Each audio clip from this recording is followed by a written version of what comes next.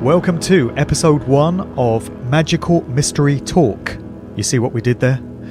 I did want to call this one Imagine Something Yesterday, after the 3 most famous songs of John, Paul and George, but I thought Ringo might get upset at being left out, and Imagine Something Yesterday in an Octopus's Garden didn't quite have the same ring about it. So Magical Mystery Talk it is, and as the title suggests, it's all about examining the many intricacies of the Beatles, their enduring legacy, and so much of the fascinating material connected to their output over those few years really that they were around.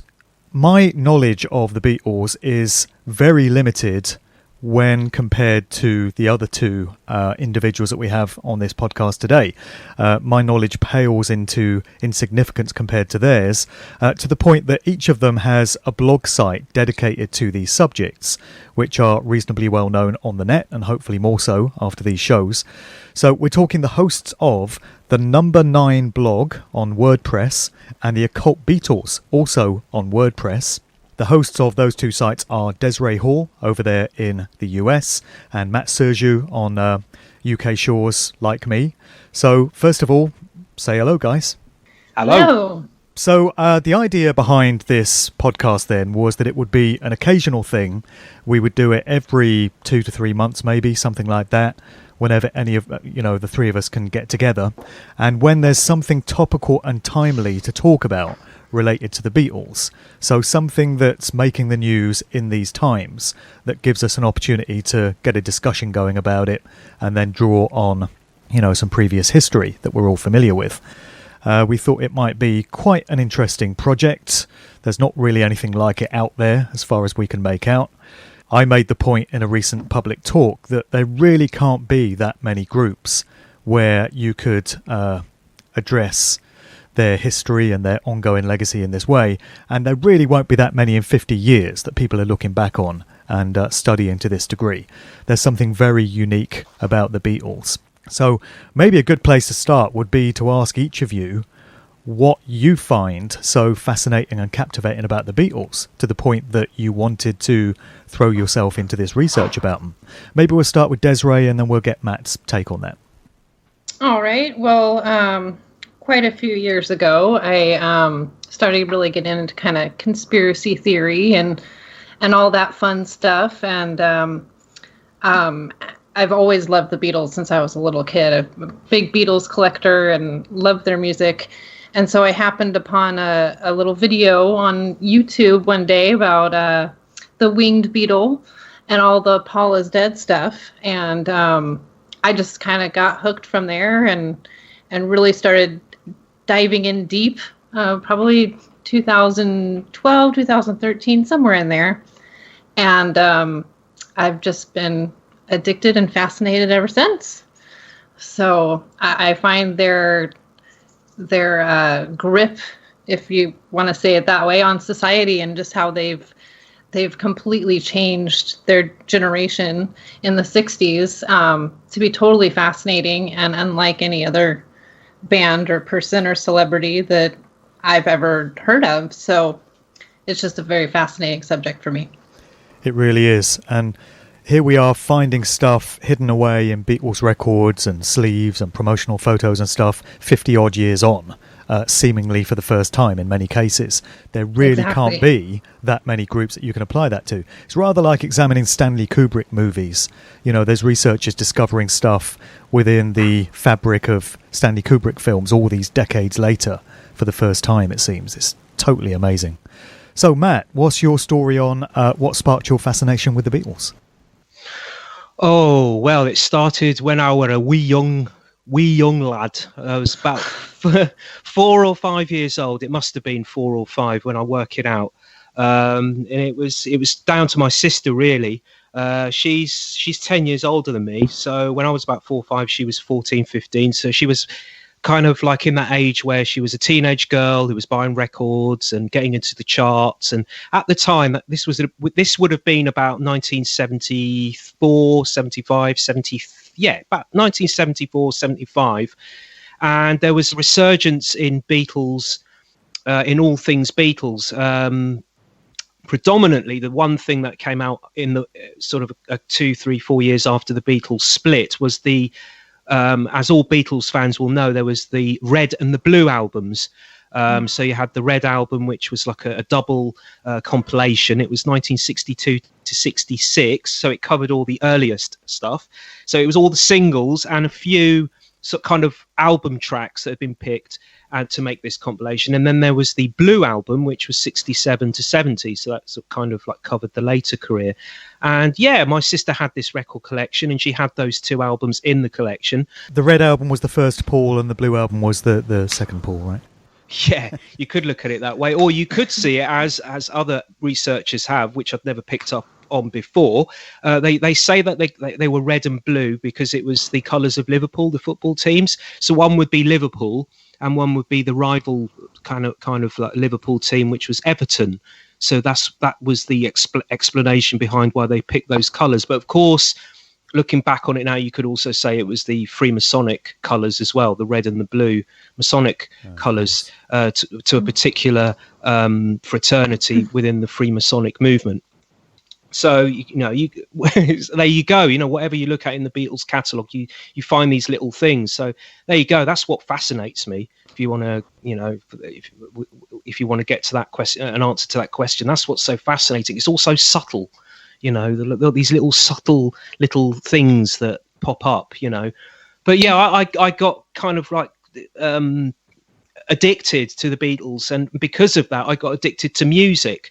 And in later years, I wanted to be a DJ as I got older. As I was an older child, I wanted to get into be a radio DJ, and then I eventually, when I left school, I became a club DJ, and I did become a radio DJ, and I am one now. I do presenting on 1 or 2 stations, and and as I say, I made a living from being a DJ. So I can thank them for that. That I was, that this addiction for music actually got to the point where I made a living from it.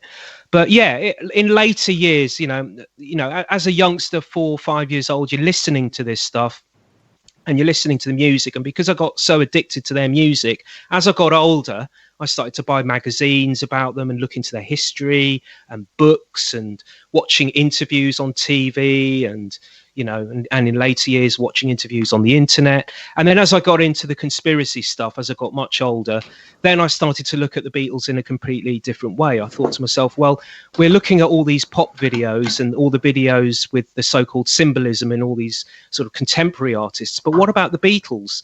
So I started to look at the Beatles and discovered a few bits and pieces there.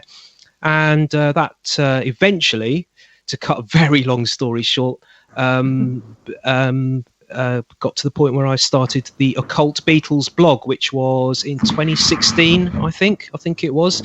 I did have a blog before then, and a blog which is still going now, which is Conspiromedia. And the whole point of Conspiromedia was to take a look at just what was going on in the wider kind of musical world, and also movies and TV, and to try and have give it a topical edge. So anything that was topical, current, contemporary, I would take a look at. Maybe a new album that had been released by, say, I don't know, Rihanna or somebody like that, and to sort of kind of do an article on artists like that. But I quickly got bored of doing that.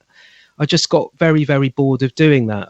It got to the point where I was thinking, oh, here we go. Here's another video with Rihanna doing same symbols, different day. The same, yeah, same symbols, different day. And I just thought to myself, the Beatles is what really draws me. It's the thing that is my number one addiction. You ask anyone who knows me, friends, relatives, you mention to them, so tell me about Matthew. Does he like the Beatles? Oh God, don't start him off. Oh no, does he like the Beatles? Oh God, So yeah, it was only natural, in the end, that I would go towards that direction with the alternative research. And I just thought it's a good place for me to go, because I have studied them all my life. I'm 50 years old now. I have been studying them most of my life, and it just seems like a logical step to take. It's a subject I can look at and not have to do too much homework into, in some respects, because I have that kind of instinct for knowing facts about them. So I can look at it a lot easier than I can Rihanna or Britney Spears or So that's where I am now. Yeah. Okay. So Desiree, your blog is called the Number 9 blog. Just tell us how you got the name of it and what the concept is behind that briefly before we dive into the content. Oh gosh, well, the number 9 has always kind of been associated with the Beatles in many different respects, but especially John Lennon. It was supposedly his lucky number, and there's just a lot of 9s that are associated with his life and his birth date and all of that kind of thing. And it's also been my lucky number since I was a little kid. So when I started really getting into the Beatles, I thought that since my lucky number was the number 9 and part of my birth date, and the Beatles seemed to use it so much, I thought that was a pretty cool thing.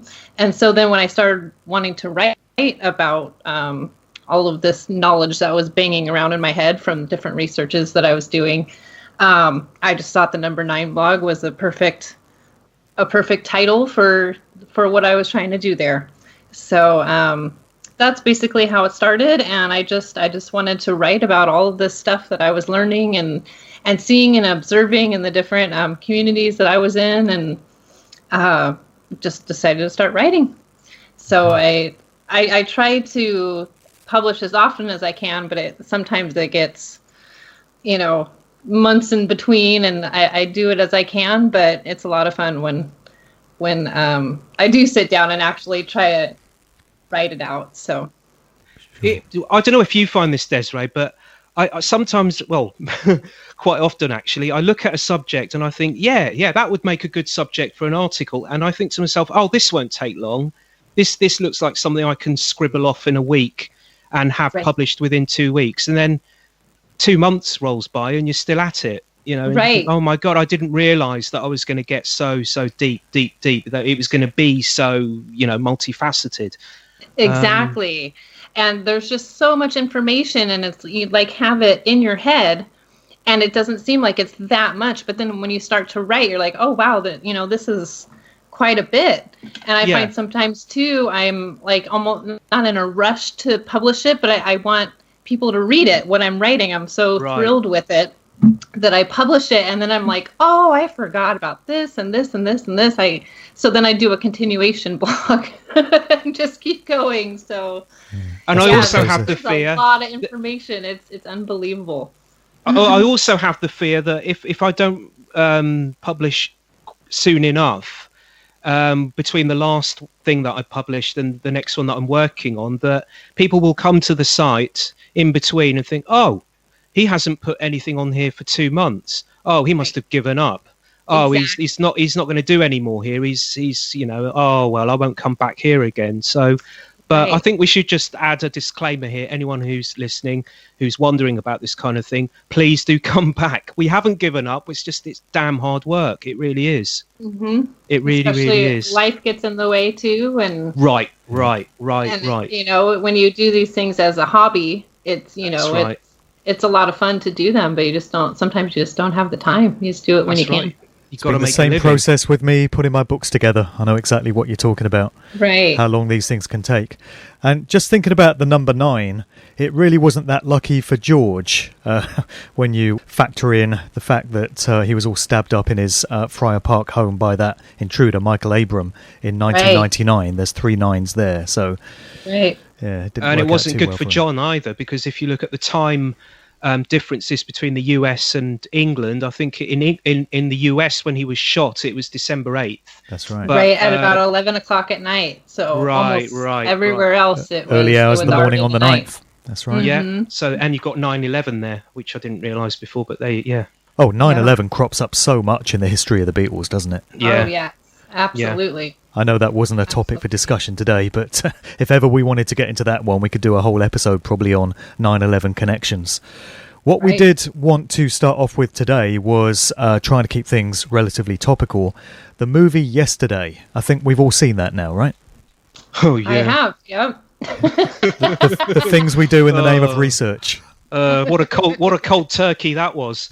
Pardon the pun. Yeah. Richard Curtis feel-good films always make me feel bloody awful, but maybe that's just me. Yeah.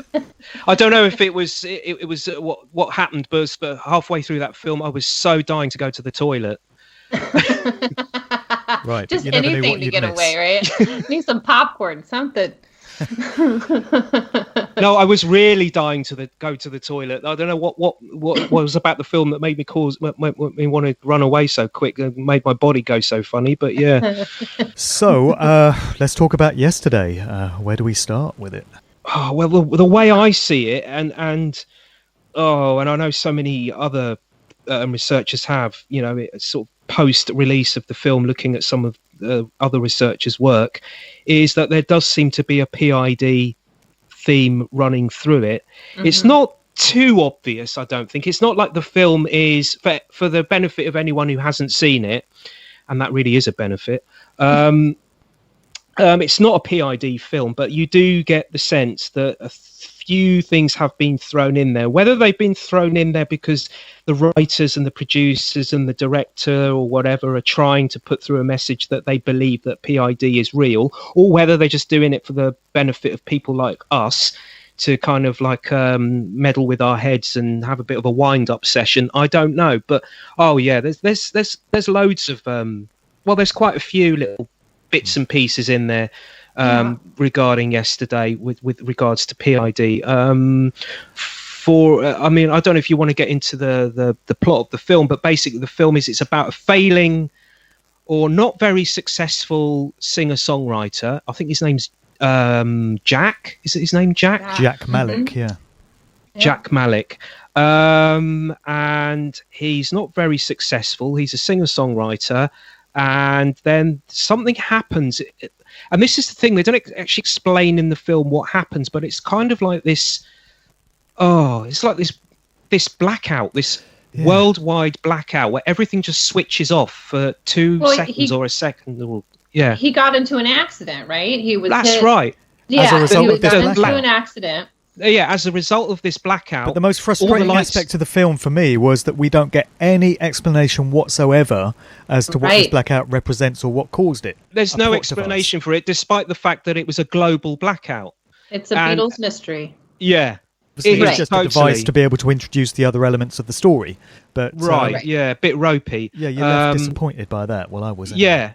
So as a result of this blackout, the lights go out of this bus on the road where Jack is on his bicycle, I think it is, and the bus hits him and he comes off the bike, and the next thing you know, he wakes up post blackout and he's on a hospital bed. And the first thing I notice, apart from the fact that he gets hit by a vehicle on the road, on a two-wheeled vehicle, so you can take that into the moped story, this moped story of Paul McCartney's in 1965 or 66, depending which version you believe, because there are so many different versions to this moped crash that Paul McCartney had allegedly. Boxing Day 1965, I heard, and he's supposed to have been with Tara Brown apparently on the correct, wall there.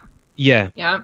According to there's so many. There's a couple of different. There's so many anomalies. To Mike McCartney, who supposedly took that picture after the moped crash of Paul's lip all gashed up. That was a Mike McCartney picture. Yeah, and I believe he's the only one who's ever really spoken about that. I don't think Paul actually has very much. He said it happened. I don't know. I need to go back to my notes because it is so messed up. Because everyone who's talked about it is giving a completely different version of events. Exactly right. And it just makes you wonder whether there was a moped crash. But the result of this, as you say, Mike McCartney took a picture. Moped crash or not, he took a picture of Paul McCartney with like a scar across his face or markings across his face where he'd been severely injured in something, and there was a tooth missing. And that's what you get in the film. So you have Jack on his bike, he gets hit by a vehicle. Next thing he knows, he wakes up and his teeth are missing. His two front teeth, or his front tooth, I can't remember, 1 or 2 teeth at the front are missing. So there already, and his face is all bashed up as well.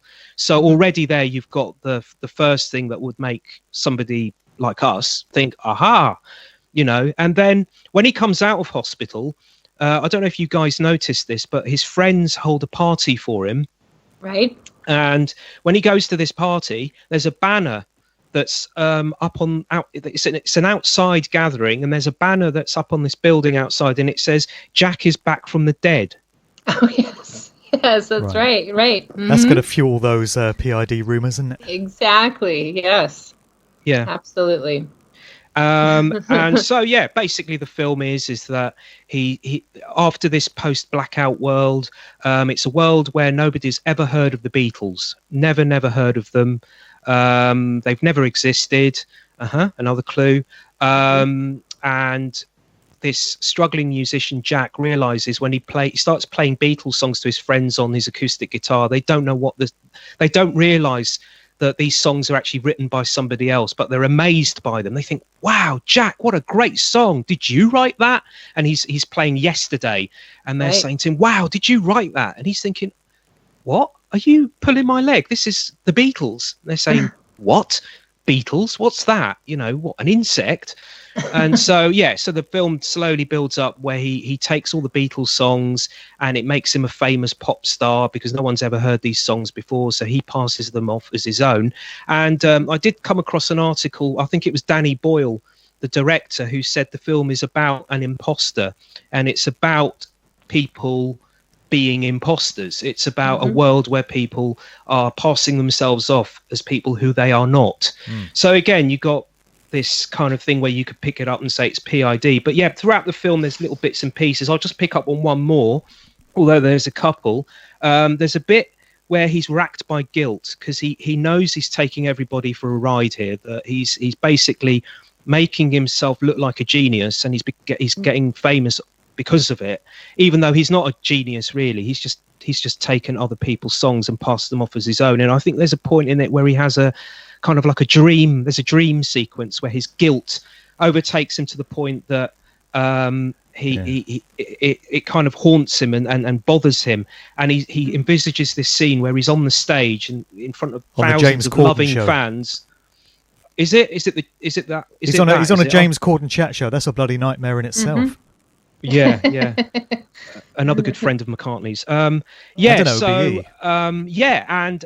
he looks up onto the back of the auditorium, and you see, you're not told it's them, but you're given the impression that it's them, even without anything being said. You don't actually see their faces or anything. You see the feet of two men. Oh no, what am I talking about? No, you are given the impression, because I think there is somebody in the tannoy system who says, ladies and gentlemen, Paul McCartney and Ringo Starr. That's right. And they walk into the they're introduced and they walk on, and you get a shot of their feet, and Paul's feet are barefooted. Of course. So again, you've got this P.I.D. thing. And then later on in the film, you find out that John isn't dead, which again... Spoiler alert. Spoiler alert. Spoiler alert. A little late for that. It's a good job this is edited. We can put a little... exactly. That's why we pre-record these things. Yeah. We can put a little alarm bell going off there. Yeah. Okay. So John Lennon isn't dead, which again taps into another theory put across by Miles Mathis, if I'm not mistaken, that John didn't actually die in 1980. It was a fake death. Yeah. So we see John, but the thing is, you see all the Beatles except George. George is the only person in the whole film that doesn't get seen effectively. Yep. And then I noticed at the end, because I'm a bit sad and anorakish train like spottery. Bit train spottery like this, as everyone was leaving the cinema, the theatre at the end of the night, I sat there and I watched the credits, and right at the end of the credits, I can't remember how it's written, but it says something like videotape editor or something like that. It says videotape editor George Harrison. I thought, okay, right, okay, so I've looked on IMDb, which is kind of like, let's say it's like the Wikipedia of the movie world, or it's like it's an okay source to go and look for movies, isn't it? Because it gives you location shoot information and who, the crew information for films and stuff like that. And I looked on there, and there is not one word of a videotape editor called George Harrison. I've tried looking on other sources, and I can't find any reference to anybody called George Harrison working in the video department of this film at all. It was just at the end of this movie. I noticed there was an Anne Harrison and a Neil Harrison credited as well. Because there was. You told me to look out for the name George, and I did, and I noticed two other Harrisons in there as well. Yeah. So my suggestion is that was thrown in as another little thing, as if the makers of the film were saying, well, we had John and Ringo and Paul in the film, and we're going to put this little clue in for all you sad gits who out there who are looking for stuff. Well, it could well have been, and you were the first to spot it, maybe. It's not surprising that people have seized on this film as being possible disclosure of the McCartney situation, given Danny Boyle's comments about the plot addressing an impostor, and the fact that it's called Yesterday, Paul McCartney's most famous song. So Mike Williams, Sage of Quay, put out a video a short while back examining the aspects of the film that seem to pertain to the Paul is dead myth. And so we've got the idea of this guy plagiarising songs that were written by others and passing them off as his own, which ties into that whole narrative, of course. You've got two fans who appear during the movie, and they say that they know he's not who he says he is. They seem to be the only two people that realise that he's a charlatan. But They go on to say that they don't care because the music is the most important thing. And if he's keeping the Beatles legacy going, then that's all that matters. Let's not worry about the fact that he's passing himself off as somebody else. So Mike's observed that could be a reference to the McCartney replacement, if you go for that theory, and the fact that this seems to be the attitude of most fans. Nobody really seems to care whether or not he's the original Paul, as long as he keeps churning the music out. And then, as Matt mentioned, Jack in the film eventually chooses to come clean about the deception, and at the end of a concert he admits to the crowd that he's not who they think he is.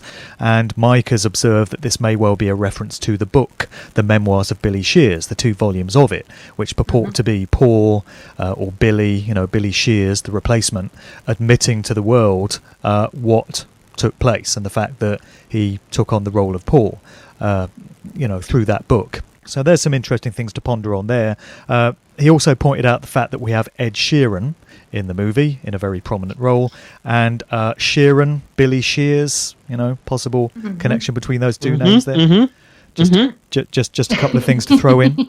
And Desiree, I think you made the point that according to an article in the Beatles magazine online, which continues to this day, all 4 of the Beatles were originally due to appear in the film, not just John, but there's going to be a role for the other 3 as well. Right, and I think upon further examination of that dream sequence, which I also want to say something more about, where Paul and Ringo their feet anyway appeared in the dream, that was actually supposed to be Paul and Ringo playing those, and they turned down the role at the last minute, from what I understand. But I also heard that the film itself had an extremely high budget, but most of the budget went to just paying for the copyrights of using those Beatles songs in the movie. They paid something like $10 million in order to use those songs in the movie. So almost all of their budget for that film went to that. And that's why the rest of it seems so low budget in comparison, which I thought was they filmed it in bloody crazy. East Anglia. Yeah, that's just insane. It is insane. I felt that the title itself of the film, Yesterday, is kind of interesting, simply because it doesn't really, besides just the Beatles essence of it, it doesn't have much to do with the film itself, besides the song. Right. But if you know the history of the song Yesterday, supposedly that Paul dreamed that. The lyrics of that song, woke up and, started playing it to his friends and the other Beatles, and no, I don't recognize it. He thought that it was a song that he had heard and thought it was so good it couldn't possibly be he just made it up in a dream. And so just simply titling the title of that movie Yesterday, and then using the dream sequence, and also the possibility of, at the time, he was living with the Ashers, and that whole possible hypnotic dream state that he could have possibly gotten that song from, and the mind control aspect of all of that. I thought that was kind of interesting too, simply because, why exactly would they choose the title Yesterday to represent that film? Exactly. Yeah, it obviously it's a Beatles theme, but beyond that, there's not much reason really to title it that. Well, exactly, So- and this is a theory that was explored by the researcher known as Redwell Trabant on his blog beaconfilms2011blogspot.com. Matt and I were discussing this at the public talk that we did recently in Bristol. It is interesting that they choose to go with Yesterday, and it's interesting that the movie appeared when it did, and I do have to wonder whether the likes of us and the work that we put out are being kept an eye on by those inside the Beatles camp. And I sure believe it is. our work gets responded to, because we've got this whole theory about the song Yesterday and Dr. Richard Asher, Jane Asher's father, when Paul was living in his home when he supposedly came up with the song. And, you know, right about the time that this theory starts to gain some traction, within alternative circles at least, we get the movie Yesterday. Interesting timing. It gives me the heebie-jeebies to even think about the fact that the surviving members of the Beatles and their close network are keeping an eye and ears out on us. It does give me the heebie-jeebies sometimes, I must say. Yeah. Williams is in contact with Thomas Hugh Harriot, who was the author or the encoder of the memoirs of Billy Shears. And Mike was very surprised in the recent version, the newest version of Memoirs, which came out last year, to find a direct reference to his work, and to find the author having picked up on things that Mike had discussed in videos. It's a very clear indication that Tom Hugh Harriot is keeping an eye on Mike's work, and that probably means that if there's any validity to Memoirs, and it is indeed coming from Paul McCartney, then Paul himself, whoever he may be, is keeping an eye on Mike's work, and therefore probably keeping an eye on the work of others as well. Well, isn't and I'm not. Oh God, I hope I'm not wrong. Isn't the book, the recent audio version, wasn't it narrated by George Martin's son? One Yes, of his it was. sons. Gregory Yes. That's what I Martin, mean. yeah. So insider That is already. incredible, right? That's right. right. So that's like some official endorsement there from the Beatles camp. Endorsement, or is it a psyop? Well, Is Right. yeah. Paul is You can dead look a at it either psyop? way. Sure, you can look at it either way. Because if you were to turn on the BBC tonight and they were to start talking about Building 7 and giving you an expose, wouldn't you feel that you were being led down the wrong path, and that the reason that the BBC was doing it was because they wanted to take you somewhere else and to take you off the scent? Diversion. So, yeah, a diversion. So why wouldn't the same be for P.I.D? Well, it's either that, or it's an exposure of revelation of the method and placing the truth in plain sight. You know, this Freemasonic tenet whereby occultists feel they have to give you an opportunity to understand what's going on, so you can then Right. make the claim that you weren't told. So they do it in sneaky, encoded ways, but as they see it, they have told you. That's it's a play out of that aspect. Well, It's with that hard to know. said, yeah, it is hard to know. And having said that, also that Apple, the Beatles company, actually did give a lot of support to this Yesterday film, didn't they? In terms of the music, yeah, they had to. The makers of the film did have to pay for the rights for the film, but they were actually given a lot of assistance as well.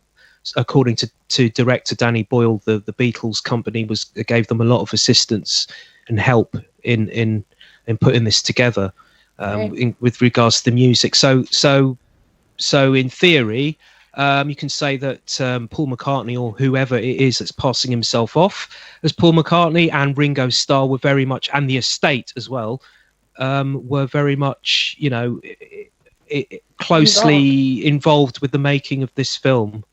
So again, if you think about if there was an element there where they were throwing out P.I.D. clues for the benefit of the likes of us, and you think of the fact that the Beatles were somehow closely involved with the making of the film, yeah, it does make you wonder what's going on there. Well, it does. Absolutely. According to this Beatles magazine article then, originally in the Richard Curtis plot, Jack was to come across Ringo and George as a couple of old guys in a Liverpool pub. They'd never become famous in the same way that John hadn't, and he encounters them. And then apparently towards the end of the film, Jack and his girlfriend Lily were going to move to the Isle of Wight to a cottage, and outside his window one day he hears someone saying, "Vera, Chuck, Dave." and he looks out to find an old Paul McCartney walking his 3 dogs, which he's named Vera, Chuck and Dave, after the song When I'm 64. And those scenes were then cut from the final version of the film. Right. So again, that could tie into Paul is not dead, but he's kind of got loads of doubles, and he's leading a quieter life while these doubles or double goes out and does certain things like photo shoots or pop video or whatever. Yeah. Don't mention John Halliday. No, I won't mention John Halliday. We won't talk about John Halliday. No, I won't. I've just noticed something else as well. The Lily James character, I missed this. I was a bit slow on the uptake. But her name in the film is Ellie Appleton. Apple. Yeah. And I didn't catch this one. I think Mike Williams caught this one. Wasn't Ed Sheeran, wasn't there a scene where he was wearing a T-shirt with the word hoax on the T-shirt? Yes. Yeah. Yes, that's right. Yeah. He sure was. Yeah. Yeah, Hoax is a fashion brand. I should have taken better notes. My goodness. Hoax is a fashion brand that's out there, but yeah, it's an interesting choice for him to have worn in that scene. Yeah. Right. I think it's. I'm not sure what scene it was. I think it might have been the scene where Ed turns up to Jack's suburban home to kind of approach him about joining him as a support band for his tour. And he turns up in his kitchen and has a beer with him, and I think it's in that scene. But I completely missed that one at the time. It's just Mike Williams picked up on that, and I saw it in his video presentation. Yeah, completely missed that one, and it would have been right in your face as well, wouldn't it? So I wonder what the significance is of Jack's character name, Jack Malik. I've not spotted anything obvious there in terms of what it could symbolise. Oh, let me just look at my notes. Talk amongst yourselves. Wait a minute. I did find something, but I'm not very good at a lot of this. I don't know. This is what I found. Okay, the actor who plays Jack in the movie is Himesh Patel.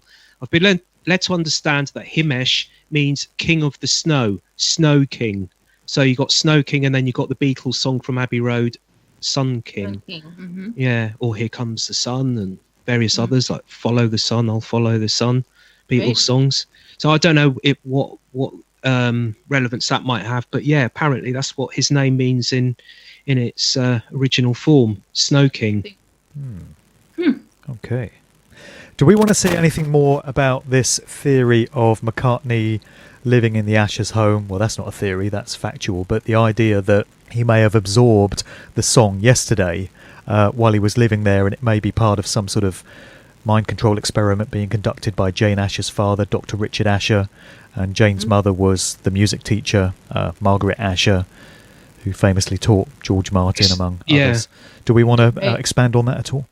It's massive. It's absolutely massive. You know, once you start to get into this one, it's massive. I've found anyway, you know, looking into it myself, it's quite big.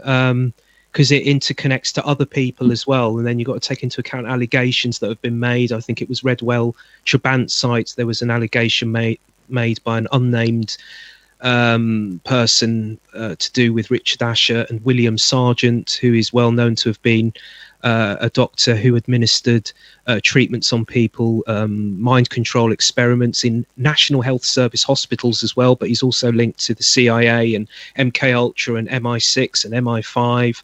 So it you know, you want to get down this road. It can. Oh wow, yeah. We could probably just kind of go over it in brief, and at least so an abridged summary, right, who might not be familiar can kind of get an understanding of that. But I'm probably not the best Dr. Richard Asher. Well, Matt, give us an abridged summary. Yeah. Okay. Well, 3 Dr. minutes. Richard Asher was a very renowned doctor. I think that the illness Munchausen syndrome was named. He named that illness, and that's to do, if I'm not mistaken, with the effect of illness and the mind, isn't it? I think.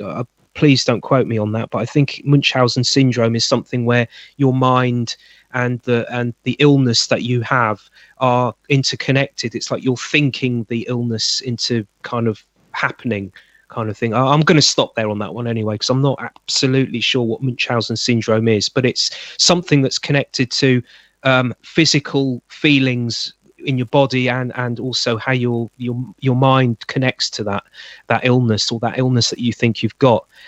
So yeah, he was a renowned doctor.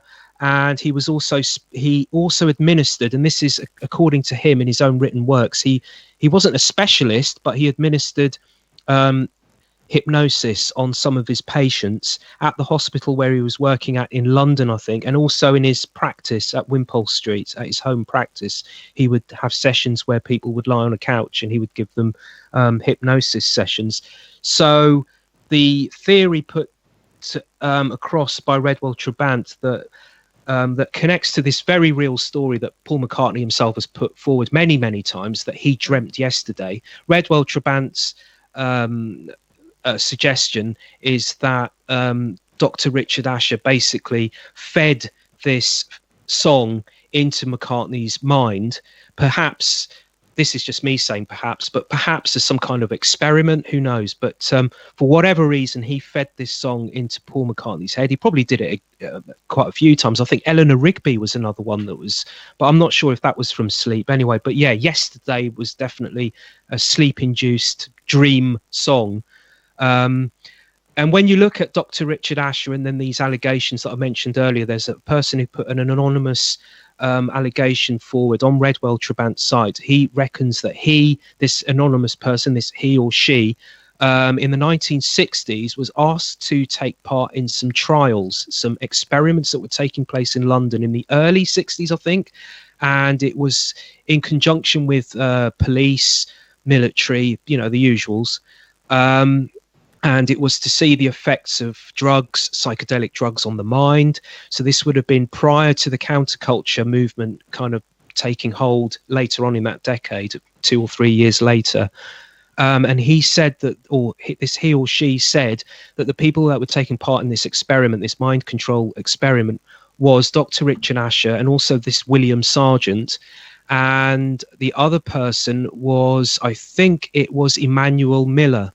Emmanuel Miller is the father of Jonathan Miller, the playwright, the director. He was at the forefront of the satire movement of the 1960s, the early 60s, with the Beyond the Fringe comedy team, which was Dudley Moore, Peter Cook, and I can't remember the other guy's name, but they were kind of the Cambridge set, and they're basically kind of looked at as the creators of the satire movement. They popularized it in Britain in the 60s, sort of lampooning British politics, British politicians, which in itself you can look at as another separate kind of conspiracy theory, which I've looked at, but I'm not going to go down there now because it will take us completely off track, perhaps. But so we've got this Emmanuel Miller, who was a Tavistock psychiatrist. And I also believe that he was a pioneer in children's psychology after the Second World War. So you've got these 3 doctors who are performing these alleged mind control experiments, according to this person on Redwell Trabant's site. William Sargent was a specialist in sleep hypnosis and administering treatments, mind control treatments and experiments on people in their sleep. So having looked at all this stuff myself, and in a couple of articles I've kind of like whittled it down and tried to make, do a sort of jigsaw puzzle type thing. But from having looked at those allegations that have been put forward and what Dr. Richard Asher was doing with sleep hypnosis and the thing with yesterday and the dream and everything, it is quite possible that if the allegations are true about William Sargent working with Dr. Richard Asher, then it could be that William Sargent was advising or working in conjunction with Asher on these sleep experiments that he may have been doing with regards to yesterday. Right. So that's where I am with it at the moment. Yeah. It didn't all end too well for Dr. Asher, really, did it? In 1969, very shortly after Paul had split from Jane Asher and had taken up his relationship with Linda and had got married to Linda earlier in 1969, we hear that Dr. Asher committed suicide. Apparently, I think Emmanuel Miller actually committed suicide as well, but I please don't quote me on that, but I think I remember reading that. Yeah. Mm-hmm. Yeah. Yeah. And not just committed suicide. He was like missing for several Yes, days, right? Yeah. And then he was found in his basement. Yeah, they forgot to look there. Had hung himself. I know. Yeah, very strange. In the talk that you and I did in Bristol the other week, Matt, towards the end of it, I had a section looking at strange deaths associated with the Beatles. Yeah. You know, from Brian Epstein to Mel Evans to Tara Brown to Stuart Sutcliffe. There's quite a few suspicious ones that litter the Beatles' history. And, you know, one time it might be interesting to do an episode closing in on a few of those. My goodness, there's loads. There's absolutely loads. Yeah. Talk for hours. Yeah. There's many. Yeah. And something else that just sprang to mind when you were speaking there was you mentioned Munchausen syndrome, supposedly named by Dr. Asher. And that brought to mind The Adventures of Baron Munchausen, which was this animated fantasy film written and directed by Terry Gilliam of the Monty Python crowd. And that just brought to mind the connections between the Beatles and Monty Python. And the members of Monty Python, John Cleese, Graham Chapman, were part of that Cambridge sort of satire set as well, contemporaries of Dudley Moore and Peter Cook and the like. But there are quite a few connections linking the Beatles and Monty Python that we could maybe look at another time as well. George famously bankrolled Monty Python's Life of Brian when the original funding for it got withdrawn, and George stepped in to provide the funding for it because he particularly wanted to see that movie made. So that's an obvious connection between the two camps. Yeah, but I seem to recall that it was a handmade film, but I'm just looking now to... And you had the Ruttles, of course, the sort of parody band of the Beatles, and Eric Idle of Monty Python was one of the significant members of that. Let's switch gears now, and another movie which has hit the cinemas recently and is getting a lot of critical acclaim is Quentin Tarantino's latest, Once Upon a Time in Hollywood. Desiree, I know you've seen it. I saw it yesterday. Matt, have you seen this film yet? No, I haven't, and I really do want to see it because I do like Tarantino's films, quite a few of them, and yeah, it just does seem to have that kind of wacky, almost surrealistic, Tarantino-ish kind of look about it from the trailer that I've seen anyway. So yeah, I'd like to see it, but I haven't seen it, no. Okay. Not yet. Well, it's set in 1969. And it's a very strange narrative because the subplot is all focused on the so-called Manson murders, the Tate LaBianca murders, even though the LaBianca aspect of it is not referenced at all. But Sharon Tate herself is a principal character in this film. And I think it's fair to say that Tarantino places a rather unique twist on the traditional Manson-Tate story at the end of this film. But Desiree, you having seen it, do you want to give us some impressions of that? And then we can lead it into what possible connections there might be between the Manson-Tate incident and the Laurel Canyon scene of Los Angeles in the 1960s and the Beatles. There's no obvious direct connections there, but there are a few loose kind of ancillary ones. So we could focus on some of those. Well, the film itself, I thought, was true Tarantino style. I don't know how many films you've seen by Quentin Tarantino, but to me, he took the story of that whole era and kind of made it his own version, his own twisted reality version, or what he thought or what he wanted to actually happen. I really liked the fact that he kind of took Sharon Tate's character and made her almost like she was the leading lady of the movie for the most part. And Sharon Tate never really had that leading role. I think her most famous, the only reason why anybody knows her name, in my opinion anyway, is because of the Manson murders. And she never really had that starring role. She wasn't a huge movie star at the time. And so in my opinion, I think Quentin Tarantino kind of took her character and kind of elevated it in a way and made her, the leading role that she never actually had. And so I loved the cinematography in that film. I loved the recreation of Spahn Ranch there. I thought that was pretty amazing and probably pretty true to actually how it looked. The ending I don't want to give anything away since Matt haven't seen it. But I loved the ending. I'll be honest, I laughed through that entire film. I thought it was hilarious. And it's kind of a dark comedy in that kind of way, in that Quentin Tarantino way, where it's like you shouldn't be laughing at it, but it's just really funny. You always know you're going to get a splatterfest with brains and blood and guts all over. Right, exactly. And it's so overdone. It's just like, you know, to me, it's pure comedy. I don't know. I loved it. I loved the film. I loved the ending. You need to have seen his previous movies to find the comedic aspect in it, I think. Right. Exactly. Like I said, to me, it was like true Quentin Tarantino style, you know, and that kind of nudge, like, I don't know. I loved it. I thought it was great.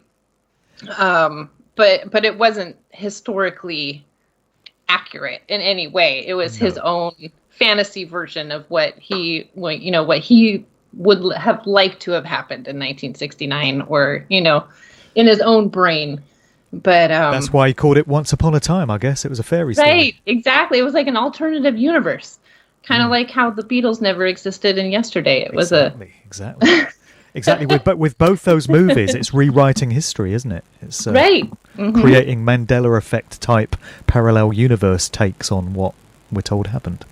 Exactly. Yeah. So without giving anything away for those who haven't seen it, I thought it was great. Well, there was a fake ending of the movie that was leaked onto Wikipedia in the weeks before the movie was released, and I discussed this in a recent podcast I did with Neil Sanders. We were talking about Neil's book, looking at the Manson situation, and I read out the synopsis of Once Upon a Time in Hollywood as it was being reported on Wikipedia at that time.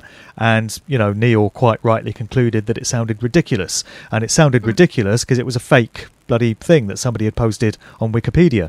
But in this version of events, Bruce Lee enters the narrative, and at the end of the movie, basically the Manson killers that come to finish off Sharon Tate and her friends get dispatched by Bruce Lee. Sharon Tate is a secret martial arts expert, and she beats the crap out of them doing kung fu and stuff. Charlie Manson dies in this version, and Bruce Lee, you know, is a hero of the piece, and it just sounded completely absurd. And of course, that's not the ending that we get in the film. Although the ending we do get isn't a lot less absurd in my viewpoint. It's still pretty absurd. Yeah. It really is. Bet you can't wait to see it now, Matt. Yes, you have to go see it, Matt. Yeah, I want to see it. I do like his films. Most of his films, I love his films. Yeah, and it's because of that I like them. You know, it's a kind of a Monty Python-esque almost kind of take on things, you know. Yeah. But in a more serious way. Yeah. If that makes any sense. Yeah. So connections, however loose, between the Manson Tate murders and the Beatles and the whole LA sort of Laurel Canyon scene of the late 60s then. Where can we start with those? Oh, gosh. Where do we start with that? The thing that gets me is, you know, this new Laurel Canyon documentary, which to my knowledge at the time that we're recording this, and I might be wrong, but I think it's only been released in selected hand-picked theatres across the US. I don't think it's made it like mainstream in the US or at all in the UK or Europe.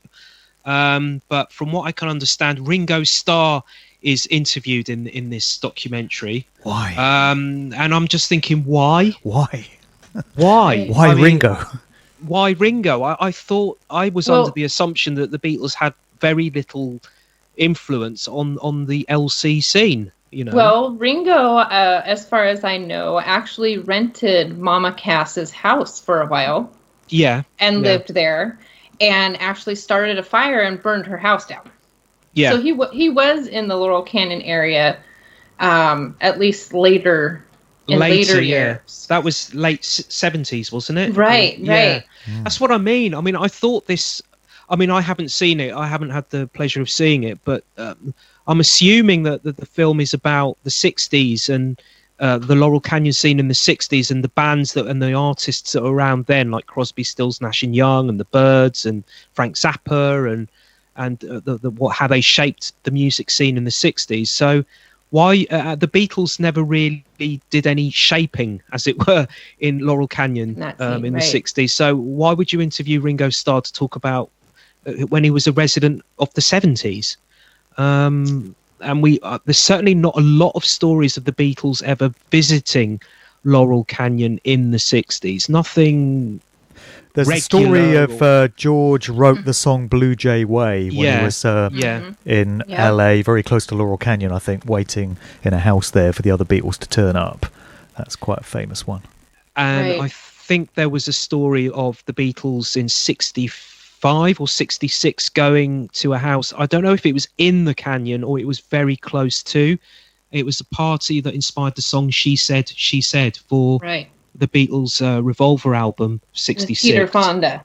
Peter Fonda. Peter Fonda lived in Laurel Canyon, who just actually passed away a couple of days ago. I don't know if you guys heard that. I didn't know that. Yeah, he just passed away 2 or 3 days ago. Damn. Yeah. Or at least we got word of it 2 or 3 days ago. There go a whole load of stories. Yeah, exactly. And memories. Right. But I'm not sure where that party was. Whether it was, I think it might have been Benedict Canyon or where Sharon Tate lived. That was in Benedict Canyon. Yeah. So, and they're all kind of, at least fairly nearby each other. Well, I visited there a couple of years ago with Greg Carwood of the Higher Side Chats when I was in LA. We did a Laurel Canyon road trip, and we went to a lot of these key places. We went to Jim Morrison's old house, Frank Zappa's old house, and we actually went up to Cielo Drive. You can go right the way up to the gate of what was 10050 Cielo Drive, where the Tate murders are said to have taken place. And I noticed watching the Tarantino movie, when you see the cars going up the hill, they go round the bend and up that short hill there to the house. That, to my thinking, was actually filmed at Cielo Drive. It looks very similar to what we saw when we went there a couple of years ago. But we got as far as the gate, and naturally it's all, secured and you can't get through. We peered through the bars of the gate, and I could see the house that replaced the one where these murders are supposed to have taken place. And the original house was reportedly torn down and rebuilt, and it was renumbered 10066 Cielo Drive. Go figure. But what I didn't see when I looked through the bars of the gate was that circular sort of car parking area that you get in the movie, where you have, the Leo DiCaprio character's house over one side and the Sharon Tate house over the other. I think that was created for the movie because I didn't see any evidence of it. But when you see the cars driving up there, it seems that was actually filmed at Cielo Drive, just as a, interesting aside there. Right, the road there. Yeah, and I have since checked and on the internet, and yes, it was Benedict Canyon Drive where this party was with the Beatles, and Brian Epstein was there as well. They rented the house, according to Wikipedia. They rented it. So that's really, in terms of Beatles, that's the only kind of story that I'm aware of where all the Beatles are included, to do with Laurel Canyon. Didn't they visit Elvis Presley's house one time, or wasn't that in that area that was somewhere? in Bel Air, I think. Oh, right, okay. That was at his Bel Air house, which, interestingly enough, having chatted myself with Neil Sanders about his book quite a while ago, I think it was last year, he was talking about how Charles Manson used to take part in gambling poker games at Elvis's house, and it wasn't Graceland, it was this house in Bel Air, and it said that is actually where he met and befriended Dennis Wilson of the Beach Boys. It wasn't this story that we get in the sanitized mainstream of so-called quote unquote official version. The official version is that Dennis Wilson was driving down one day or down the road, and he saw these two pretty girls, and they happened to be the so-called family members. They jump in the car, he takes them to his house, he goes to the studio, leaves them there, he goes to his recording studio, comes back, and Charles Manson is standing outside his house with a load of people, and they become friends. It's this random kind of organic, if you like, kind of thing. No, apparently what happened was they met at Elvis's house sometime before that when they were gambling, taking part in card games, and that's how that happened. And that was at Elvis's house, Bel Air, in his Bel Air house. There's actually a part in the Quentin Tarantino movie Once Upon a Time where the Brad Pitt's character, that's how he meets the whole Manson gang, as he picks up some of the the girls that were hitchhiking, or one girl in particular. Yeah. So it was almost kind of like a segue to that, at least in my mind, kind of a segue to that, you know, that they were hitchhiking, and that's how they made their connections and got people to come to the Spawn Ranch and all that. Sure. So I just wanted to throw that in. I was just going to say that according to Neil Sanders, Charles Manson and Dennis Wilson were having a homosexual affair, he seems to think. Yeah. Oh, yeah. I hadn't heard that one. Yeah. And they did look like each other. I don't know if they grew their hair and their beards in that same style at the same time, or whether it's just, in hindsight, the internet throwing out pictures and not giving us a timeline that we can kind of make sense of. But they did look like each other at one point in the late 60s. Dennis Wilson had this kind of long hair with the bushy beard, and Charles Manson had exactly the same look. So if there was something going on between them, if you know what I mean, maybe they were trying to look like each other as well. I don't know. Right. What amazes me is when you look back on this whole 60s scene, particularly in California, you find non-stop debauchery and hedonistic behaviour. You find, sexual depravity. You find drugs everywhere. You find elements of pedophilia and child abuse and mind control and just absolutely debased ways of living. And we're kind of entrained to think that society today is a whole lot worse than it was in previous decades, and that as time marches on, society gets more immoral. But we can look back at 50 years ago and the way that people were living their lives, the stories that come out of Laurel Canyon and Neil Sanders' book and everything connected to the Manson situation is just, outrageous ways of living back then. It's just incredible what these people were getting up to in those times. Very far from a less innocent era. Or is that because with the passage of time, people have died, so people are more comfortable to talk about things that happened back then without the fear of, reprisal? So we're hearing about that stuff now. Maybe this stuff is going on now with the stars of today, but we're just not. It's just as debased today, but it's just that we're not going to hear it now. We're going to hear it in, in decades to come. I mean, talking of debauchery, there is a link. If you look at Manson and the whole thing, wasn't it Yul Brynner and Peter Sellers and Mama Cass that were in some porno tapes that were filmed at according to Neil Sanders, according to Neil Sanders, that had something to do with Manson as well. And it just so happens that Yul Brynner and Peter Sellers and Roman Polanski starred in The Magic Christian, which was the Beatles backed film which came out in 1969. That's right, yeah. So you see all these links kind of moving in together. Starring Ringo, starring Ringo and Peter Sellers in the sort of co-starring lead roles. And throughout the film, you get little cameo pieces. And this was filmed in February to May of 1969, so a few months before the murders. And Roman Polanski has a cameo in it. It's a scene where he's in a bar and this drag queen comes up to him and starts serenading him, and it's Yul Brynner in drag. So you're getting all these people, and then there's scenes in the film that make you think, is it preempting the killings? Because there's a point in the film, I watched it again just a couple of days ago. There's a point in the film where they're at Peter Sellers' mansion. He plays the role of apparently the richest man in the world, and he takes on Ringo, this homeless man. He plays a homeless man, and it is picked up by Peter Sellers, and he becomes his adopted son. This, you could say, man-son. I don't know. That's just me looking at it. Okay. So there's a scene where they're in his mansion, and the TV is on. And when you look at the TV, it's like a news bulletin, and it's obviously looking back at 1968, because it's all demonstrations and violence and crowd, this kind of thing with crowds like demonstrating and protesting and violence on the streets. And then all of a sudden this banner comes up and it's written in red, and it's like it's been painted crudely in red, and it says "Vote Pig 68." Well, pig was one of the words that got written in blood at the murder scene, and it looks exactly the same. If you go and look at the film and you see this "Vote Pig," the writing is almost identical to the writing in blood that was put up. I think it was at Sharon Tate's house in her blood. That was one of the words that was written up along with Helter Skelter.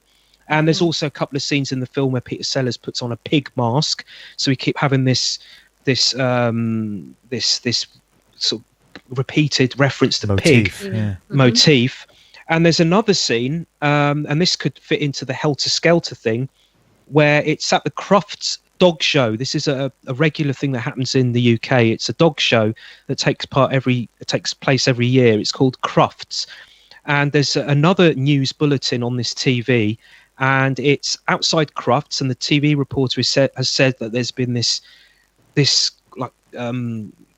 really gruesome thing that's taken place at Crufts. This black dog started attacking the dogs and killing them and eating them, and you see this black dog, and it's got a disguise, and when you take away the disguise, it's a black panther. So again, you can see Black Panthers. Well, that's what Helter Skelter is allegedly, according to the prosecution of the Manson trials. You know, the Helter Skelter was an impending race war that Manson foresaw, which is claimed prompted him and his family to go and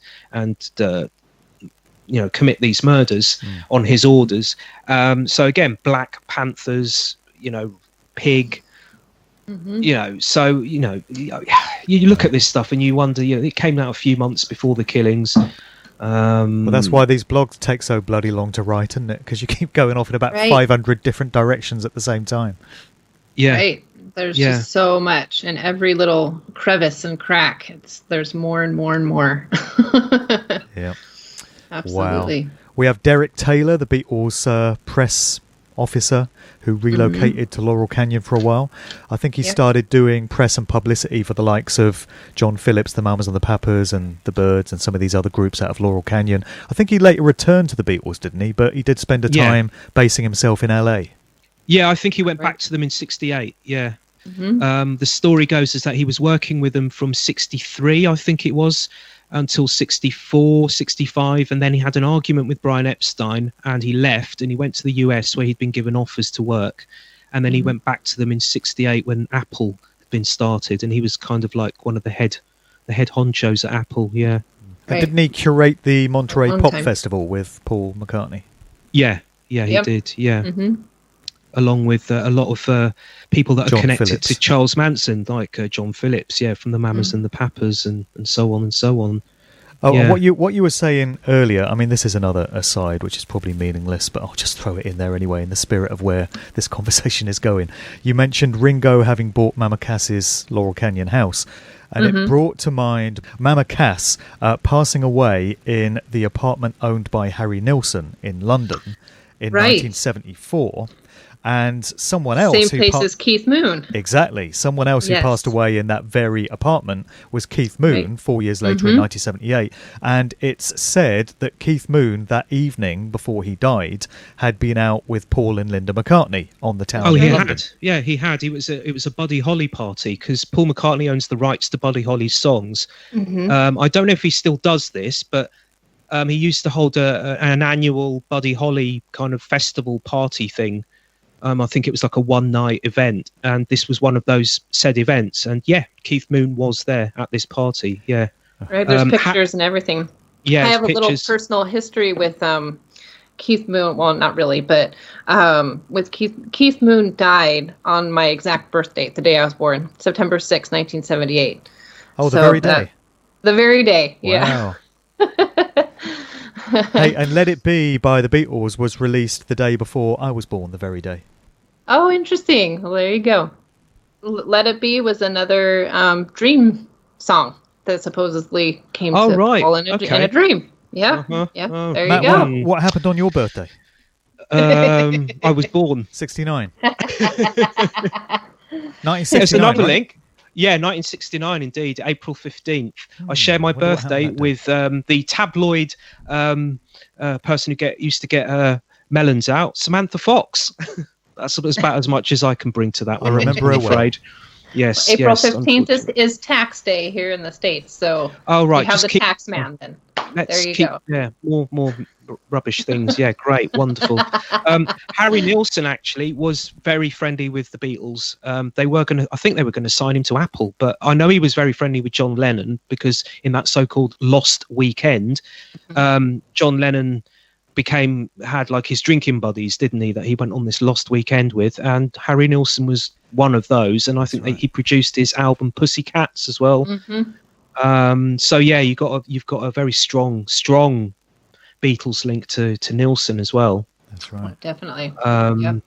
But when it comes to Manson and Tate, then the connections go on for days here. So Sharon Tate was married to Roman Polanski, who directed the movie Rosemary's Baby, which was filmed in the Dakota Building in New York. It was called the Bramford in the movie, but it was the Dakota Building. John Lennon was assassinated, we're told, outside the Dakota Building in New York years later. Mia Farrow, who starred in Rosemary's Baby, was present on the Beatles' famous trip to India to visit the Maharishi, as was her sister Prudence, and she was the inspiration for the song Dear Prudence that appeared on the Beatles' White Album. There's probably many other connections there as well, but I always remember those when it connects, Manson and Tate and Polanski with the Beatles. Right, and the entire White Album was supposedly Manson's big, manifesto. Album.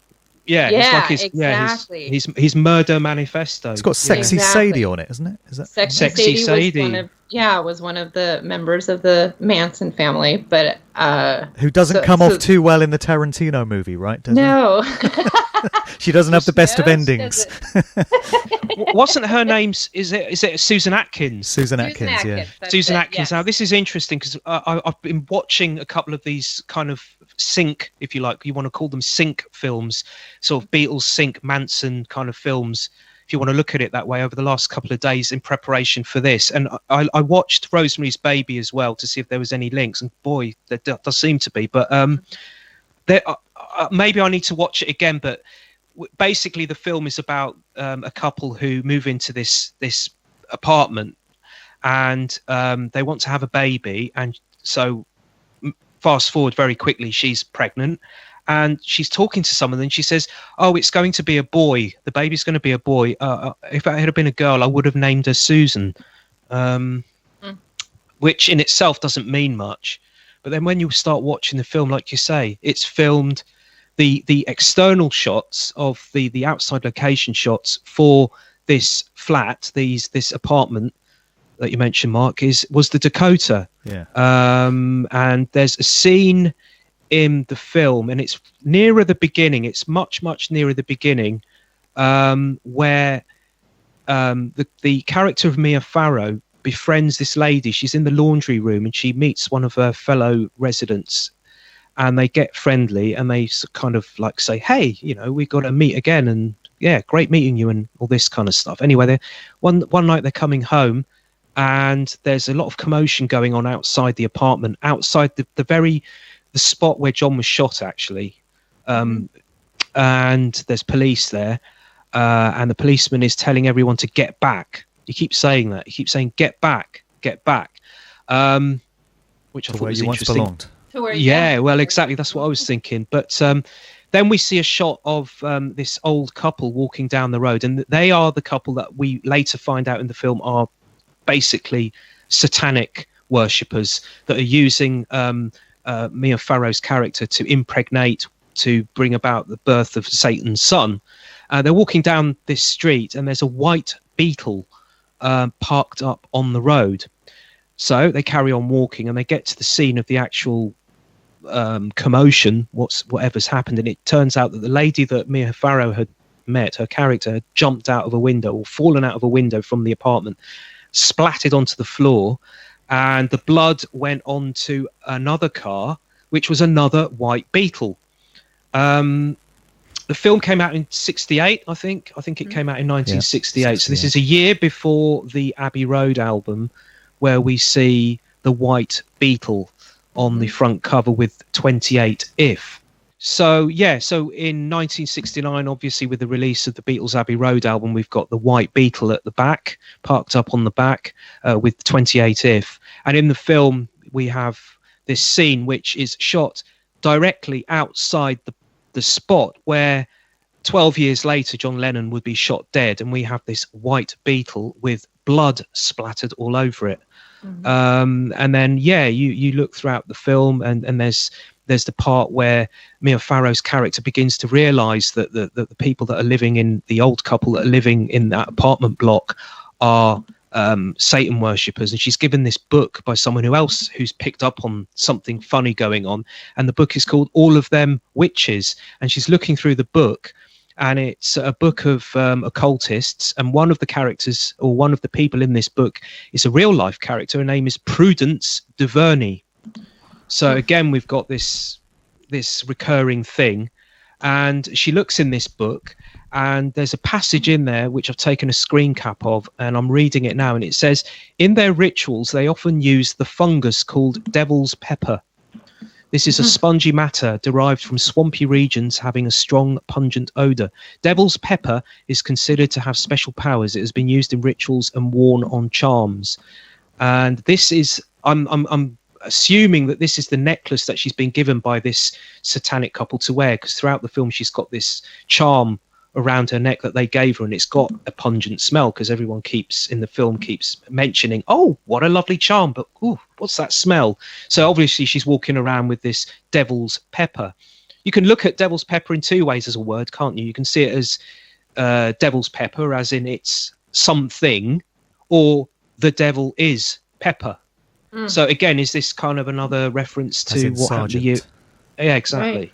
Yeah. So yeah, you do have all these little bits and pieces in the film, and you keep having this constant reference to the book Yes I Can, which is a book about Sammy Davis Jr. And you keep seeing it in the film. You see a bookshelf. They hone in on a bookshelf, and the book is there. In another scene, Mia Farrow's character is rearranging the bookshelf, and you see the book again. And again, Sammy Davis Jr. was a member of the Church of Satan, of course. Indeed he was, and he would have been at the Manson house that night. He said himself in his autobiography, he said that things happened to make it the case, but had those things not have happened, I would have been at the Tate house that night. And he was a member of the Church of Satan, and he knew J. Sebring, who was one of the victims of the Tate murders, and he said that he actually attended a couple of rituals where J. Sebring was also present and taking part as well. So again, you've got this Sammy Davis Jr. thing here with the book relating to Manson. I don't know. When you look at it, the way that the book keeps being strategically placed in the film, it's very in your face. You know, it's like it's done deliberately. I mean, why would you reference Sammy Davis Jr. in Rosemary's Baby? And the other thing that you get to make you realize that there is some relation to the Church of Satan, although I don't think it's actually ever been officially recognized. I might be wrong, but they on New Year's Eve, the film is set in 1965, and they go to the couple, Mia Farrow and her husband in the film. They go to a New Year's Eve party, which is being held by this old couple, this satanic couple. The clock chimes at midnight. It's now 1966, and the old guy raises his glass and says, 1966, year one. That's right. That's right, which is what Anton LaVey of and 1966 was the year that LaVey established the Church of Satan, and that movie, Rosemary's Baby, is basically a propaganda piece for the Church of Satan. And Anton LaVey made some kind of public comment in an interview to the effect that it's the best possible advertising piece for the Church of Satan that he could have hoped for. So that movie does seem to be very much tied into his organisation. It is claimed that the sex scene where Mia Farrow's character is impregnated with the devil's son, where you very briefly see this devilish, like furry kind of satanic character, this otherworldly character, basically raping her. That's said to have been played by Anton LaVey, but this has been denied. This has been denied so many times. But yeah, I don't know if it's him or not. But it's also been claimed that he was a consultant on the film as well, giving tips about technical things, but I don't know. Accuracies. You mentioned Jay Sebring there being involved in rituals, seemingly, and it seems none of that crowd that were present at Sharon Tate's house that night, or Polanski's house, were whiter than white exactly. We hear all kinds of stories about stuff they were into. Sharon Tate herself was supposedly into the occult. And the very same year, 1966, she starred in a movie called Eye of the Devil alongside David Niven, where she plays this witch, I guess, or some sort of occult sorceress, and that movie is all about bloodlines. It's set in a French chateau, and David Niven is the latest in this generational bloodline that's deemed very important, and it's all steeped in ritual and stuff.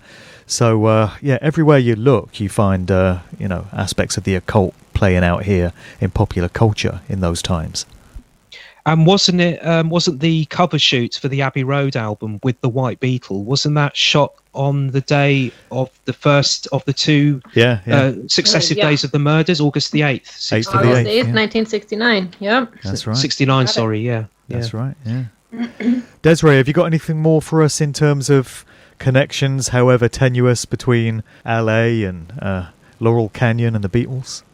Well, you did a really big article, didn't you, Desiree? Yeah, the article was, I think, more just on kind of the synchronicities between it. There aren't really any solid connections, like Mark was saying there, but there's just a lot of like innuendos and just strange things that, at least within 2 degrees of separation, they were completely tied together. I've always found it very interesting, like with Dave McGowan's work that he did, Weird Scenes Inside the Canyon, that he rarely ever mentioned the Beatles, or really any of the British invasion, quote unquote, artists that came along. And I understand that, Laurel Canyon was Americana to the utmost extent in the 60s. But at the same time, the 1960s, at the helm of the 1960s, were the Beatles and the British invasion that came to America. And so just in that fact alone makes me think that there should be some kind of a tie there. There has to be some kind of interplay between the two of them, and there absolutely were. But it's just not really talked about, and it seems like there's almost like a blockage there to be able to connect the British counterparts with their American counterparts and how exactly they came to be so famous in that time. Was it completely organic, which is pretty doubtful, or was it, or were they the puppets that were being led by the strings of the covert ABC companies of the era, so there just seems to be a lot more there that hasn't really been explored, that hasn't come to light yet, and I'm very interested. Go ahead. Yeah, I was going to say, but because you're onto something there, because Elliot Mintz, who was John Lennon's and Yoko Ono's friend, I think he now represents their estate, basically. He's like their PR man, isn't he? He's like their spokesman. Yes. And he has been, so he says, he's been their spokesman since 1980, but he knew John and Yoko from 1971. He interviewed them many times. He's a broadcaster, or he was a broadcaster. Now he's like a PR agent. I think one of his clients is Paris Hilton. But he was a radio presenter in the 60s and 70s, and he interviewed lots of people. And one of those, or two of those people, were John Lennon and Yoko Ono. He was accepted into their world, became very close friends with them. And he lived in Laurel Canyon. He was a long-time resident of Laurel Canyon from about the mid-60s, so he says, to 1980, interestingly enough. And he recalls in an interview a bar. It was a bar in Laurel Canyon, and it was made out to look like a British pub. Right. So it sold beers, like British beers, and it had like fish and chips and like food that was more kind of like pork scratchings. Yeah, probably pork scratchings. Yes, Walker's crisps. And apparently, all the British bands, when they used to come to Laurel Canyon, they would go there and play darts and do all sort of English pubby things. So yes, there was a definite thing going on. According to Elliot Mintz, there was definitely an English contingent in the LC, and they were going to this pub. Yeah. Sure. Yeah. Yeah, and you know the Sunset Strip there with all of the famous clubs and such. That's right below Laurel Canyon. You know you turn right beyond the Sunset Strip there, and all of the Laurel Canyon houses and musicians lived really within walking distance. Honestly, absolutely. If you wanted to go up and down those hills, that is.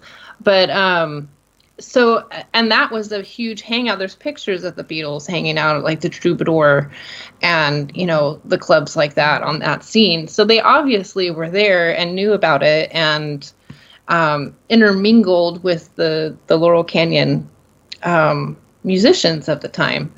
So isn't it interesting that sorry, carry on. No, it's okay. I just with Dave McGowan's work and tying all of these Laurel Canyon musicians to intelligence and military intelligence and, you know, alphabet companies and so whatnot. And then the Beatles, you never get that. They don't have those military connections, and they don't have, at least seemingly. And it's always just been a surprise to me that more hasn't been done on the backgrounds of the Beatles. Like, where did they come from? Okay, they came from Liverpool, right? But how did they get so popular? The celebrities that we have here all have connections and, you know, reasons why they've become so famous. But the Beatles just kind of popped out of nowhere. And was that accidental? Was that, you know, it's a fascinating concept to me. Sure is a big question, that one. I think David McGowan does mention, with regards to the Beatles, kind of the Beatles anyway, he mentions John Lennon in the book, doesn't he, about his so-called lost weekend, where when John Lennon split from Yoko and apparently went, you know, crazy, drinking every night and taking lots of drugs and what living have with you. May Pang. Living with May Pang, his again. Last weekend was actually 18 months, but yes, yeah, one hell of a weekend. He got into all kind of debauchery, but again, that was in the 70s. That was way after. Yeah. He mentions Beatles, that. He mentions that he goes to parties at Laurel Canyon, and a lot of those parties were actually at Elliot Mintz's house, which I've since come to discover. And in subsequent years, the Lennons did visit Elliot there at his home. Sean Lennon had been there, also Julian Lennon during the so-called lost weekend when John Lennon began to kind of reconnect with his long-lost son from England from his first marriage. When Julian came over to the States to see John, to hook up with him again, and they went to Elliot Mintz's house in Laurel Canyon. So there's all these things, but as you say, there's no reference in David McGowan's book, I don't think, to the Beatles and the 60s. You know, it's all. No, I don't recall anything off the top of my head. Interestingly, Elliot Mintz lived on close to Wonderland Avenue, which is quite. I believe he lived on Wonderland Avenue, which is the main Wonderland. Or I think he had a couple of houses up there, but at least one of them was on Wonderland Avenue, and that's the main road up there. It seemed everybody lived on Wonderland Avenue. Yeah, that's in your article as well, isn't it? You get into the sort of the dark stuff that's going on around that area there. Have you been up there, Desiree? Avenue. I have. I've driven by, and I am actually planning to go back and do another visit in October, but it's not very far from me. That's a hop, skip, and a jump away. So, I found it fascinating up there. Yeah, I wasn't really feeling LA on my first visit. I thought it's very overrated. But then I got into McGowan's book, and I had the chance to go back and explore all the places that he mentions, and I was absolutely captivated by it. It's just fascinating to be up there, knowing the history of that area and the people that lived there and the stuff that went on. It's just amazing.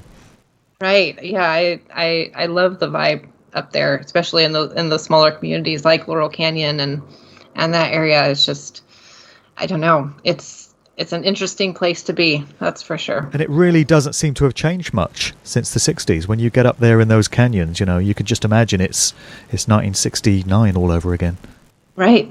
That's what Quentin Tarantino did, right? I'm going to say about Elliot Mintz, how do you know how he got his claim to fame, how his career in the media began? No. It was on the day of JFK's death. He was at college and he was in his media studies class, and the TV was on and the bulletin came on that the president had just been shot, and then they showed a picture of Lee Harvey Oswald on the monitor on the TV, and Elliot, this young student, was standing there and he saw this, and then somebody behind him says, "Hey, that's Lee." And Elliot looks at him and says, "You know this guy?" He goes, "Yeah, I used to serve in the Marines with him." "Wait a minute, let me just get my recording equipment and go in this other room. Come, follow me." And he goes into the other room and they record this interview, which is said to be like the first interview to hit the United States that day from somebody who knew the alleged assassin. And this is how basically Elliot Mintz's career began, because this guy just happened to be in his media studies class. And yeah, so they took this interview and it got played all over the country, and that was the beginning of Elliot Mintz's career in the media. Right place, right time. Yeah, you might say. Another of those things that seems to happen. Serendipities, McGowan refers to them as. Isn't it interesting that Paul McCartney and Derek Taylor worked on curating the Monterey Pop Festival, this very pivotal event right there in the summer of love in 1967 in California, and yet the Beatles didn't perform. And I'm aware that they had announced the previous year in 66 that they wouldn't be performing live anymore, but it does strike me as a missed opportunity. Given the high profile of that event, they could very easily have, been on the bill had they wanted to.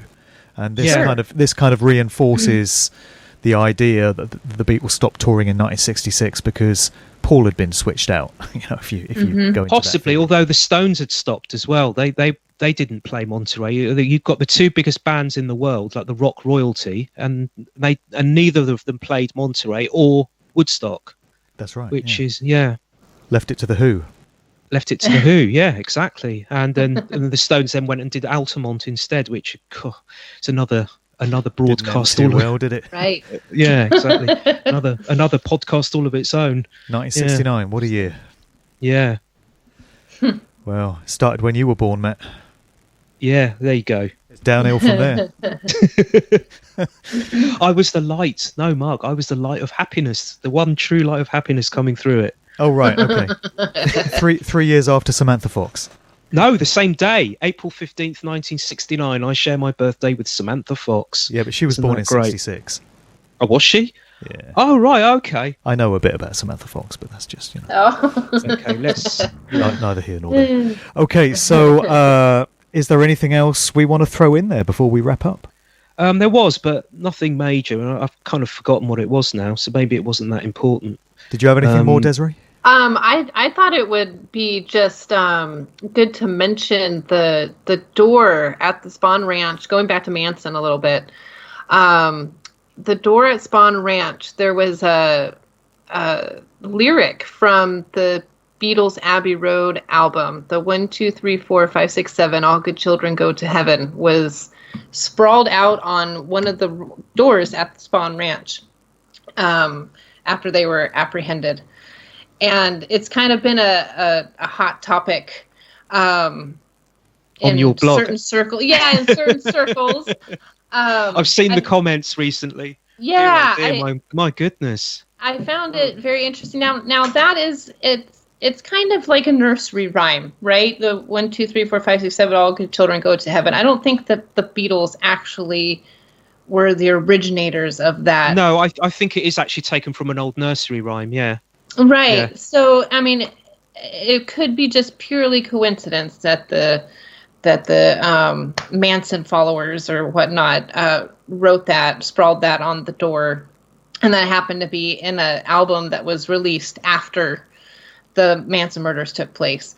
But I've always found that kind of an interesting little tie in there, and then all of the White Album strange oddities that seemed like Manson kind of held on to there. And to me, it seems like since Manson was so ingrained in the music scene of Laurel Canyon and that area, seemingly anyway, that if the Beatles were there and Manson really was as obsessed with the Beatles and the White Album as he has been portrayed to be, that he would do every effort possible to try and meet them, knowing that they were in the area. So though there's no concrete evidence that they've ever met or even passed, crossed paths somewhere, I don't find it very far out that they actually met at one point or another. That whole thing with the door that I've noticed with the comments, because I put something down on there about 2 years ago, and it's only now that there's this guy that's commenting on there, and he's attacking everybody for making this about the door. He's making about the door. He's met the comments. He's attacking everyone for that, and he's saying, well, maybe that the inscription on the door that you're referring to, that was made after Charles Manson had been arrested and taken in. That inscription had been written after that, so it wasn't before the murders. But I don't know if that's true or not. From the information I've looked at, it was scrawled after the murders on the door. After the murders, after the album came out, which was in September '69, I think, in the UK, and October in the US. Correct. But I don't know. I mean, I don't know if it was before, if it was done on the day of the murders, that would then suggest that they had prior. Okay, it could have been based on the nursery rhyme, but then when you tie in all this other stuff that's linked to the Beatles and their albums and the killings, is it too way out to suggest that perhaps they had a promo copy of Abbey Road, that perhaps someone in the music industry gave Manson or one of his friends and his crew a promotional record company not yet released version of this album to listen to? Highly it's feasible. Possible, but I think that might be a little bit far of a stretch. I'm not. Yeah, it's hard to say, But I know that soon after the murders were committed by the Manson family, they got scared, and they were, Manson was kind of paranoid at that point, and they left Spawn Ranch and went out to Death Valley and lived in a camp there, and that's where actually they were arrested at. And ironically enough, they were stealing Volkswagen Beetles and turning them into off-roading vehicles. That's how they were making their money. So they're off of Beetles. I always thought that was strange. Anyways, so not white knows. Beetles, right? Exactly. Gods. Yeah. No, nobody knows when that was written on the door, but it's just another one of those strange coincidences that we see so much of. In not just in the Manson part of it, but in all of the Beatles history. There's just so many strange coincidences that just make you pause and say, now how the heck is that possible? Yeah, that that rings very true with what I was trying to explain very much earlier at the beginning about why I get turned on to this Beatles stuff. It's subtle. Right. They're clues, but they're subtle. They're not in your face like a Rihanna or a Britney Spears video where they're showing you the symbols right in your face and making it so obvious to people with the eyes to see, as it were. It's very subtle, very understated, which makes it even more intriguing to me and attractive, because they're not throwing it at you. They're kind of like pointing one finger at you and going and saying, "Come here. Come here, come and have a look." It's very, very understated, and I find that most intriguing, and one of the reasons why I do this. You don't get this with other bands, It's not as subtle as this. Exactly. Here we are 50 odd years later talking about it. Oh, another Laurel Canyon, by the way, another Laurel Canyon resident, which I forgot to mention, was Beatles engineer Jeff Emerick, who died in Laurel Canyon. So it's another, and someone else who was alleged to have died in Laurel Canyon but didn't was George Harrison, wasn't it? Right. Yeah. And that was a very odd situation around his death, and I heard he died in a house owned by Paul McCartney. Yes. That's the version that came out later, wasn't it? But the first version... But it was never reported that way. Initially. It's all very hazy. It's all quite hazy. But at first, I know you've written an article about this, Desiree, so you'll correct me if I'm wrong, but wasn't the first version that came out after George's death was that he died in Laurel Canyon? Correct. And then they found out later, it was discovered that that wasn't true and that it had been faked, that the location had been faked. The address didn't even exist. It didn't even exist, and there was even a Photoshop version of a photograph that had been put online to show that him and Olivia, his wife, were living at this address. Right. Standing right in front of the address. Yeah. And then like the number address that didn't exist. That it didn't was exist. The strangest thing. Right. Yeah, it was elsewhere. Yeah. He died elsewhere in Paul's house. Paul's house on Heather Road, which he was at the time when this came out was married to Heather Mills, and of course had the stepdaughter Heather. But that's in Beverly Hills. But yes, at Paul McCartney's house in Beverly Hills, supposedly George Harrison had his final moments. Wow. So, but that wasn't, years later that came out. Yeah. So I've just looked up Peter Fonda, who you mentioned earlier, and it turns out he died on the 16th of August, and that's a very ominous date in the music industry, because the 16th of August is the date on which Robert Johnson, the blues musician, Aretha Franklin and Elvis Presley are all said to have died. And when you think about it, Robert Johnson was referred to as the king of blues, Elvis Presley was the king of rock and roll, and Aretha Franklin was the queen of soul. So two kings and a queen all pass away on the 16th of August, same day as Peter Fonda, and it also happens to be Madonna's birthday. I know that's not Beatles related, but I just thought I'd throw it in there anyway. It's another one of those coincidences. Serendipities. And, I think Once Upon a Time in America, in the UK at least, I think it was released on the August 15th, wasn't it? Probably was. Yeah, so the day before. Yeah. Interesting. All right, well, I think that probably is a good point to start wrapping up. We've covered a lot of ground there, and I think that makes for a pretty good episode 1. And in terms of where this goes from here, hopefully we'll be able to get together in a few weeks and see what's in the news then, and see what other topics come across our radar, and do the whole thing over again. But I hope people have enjoyed this first outing. I think it's been a pretty useful experience myself. Yeah, I think I mean, when I came to you guys and said, why don't we do something like this? My kind of thought was to look at topical things that are going on in the Beatles world, like maybe a new film that's coming out or whatever, and just look at it from an alternative angle. Just take those topical stories, but just look at them from another angle. So, I think it. Yeah, I'm enjoying it. Hopefully, listeners are too. What's coming up on your blog sites, you guys, up soon?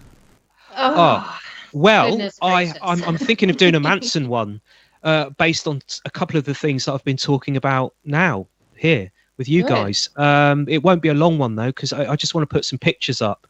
I feel like I should put something up in August, 2019, because it is 50 years. It's not going to happen again, so why not? But I've nearly finished another article which is much longer, and it's to do with Michael X and Simon D. I've written about Michael X on the blog before, on the Occult Beatles. I have written about Michael X before in league or in association with the Profumo affair, the Profumo scandal that hit Britain in the early 60s, around the time that Beatlemania was taking shape and beginning to really, really make a mark in Britain and in Europe. But I'm looking back at him again. He's a very interesting character. He's from Trinidad, and he was hung for murder in 1975. And the person that he killed was his cousin, but there was another lady that was killed, and she was connected to a Conservative MP. But Gaylan Benson, I think her name was. But Michael X was this guy from Trinidad who got wrapped up in the London counterculture of the 60s, but he was a pimp. He was connected to the Profumo scandal because he knew a couple of the protagonists in it, including Christine Keeler. He was also... Who Ringo allegedly shagged. Who Ringo allegedly had a one-night stand with, which is in the article that I wrote a year or two ago. So, he's a very interesting guy. He became like the English version of Malcolm X. He called himself Michael X. His real name was Michael de Freitas. So I'm looking back at him because apparently there's an attempt to make a movie about Michael X and John Lennon, because they knew each other very well. John Lennon actually financed Michael X in the late 60s and early 70s. He financed a lot of his pro kind of like Black Power projects that he was starting in the UK, and they became friends. And I think he even helped him to jump bail when Michael X, got into trouble with the law in England and made his escape to Trinidad. It was thanks to John Lennon paying the bail, and after paying the bail that he then jumped ship and went to Trinidad. Whether John Lennon knew this at the time, that he was going to do this, but John Lennon did go and visit him in Trinidad after this happened. So it makes you wonder whether John Lennon actually did help him jump bail.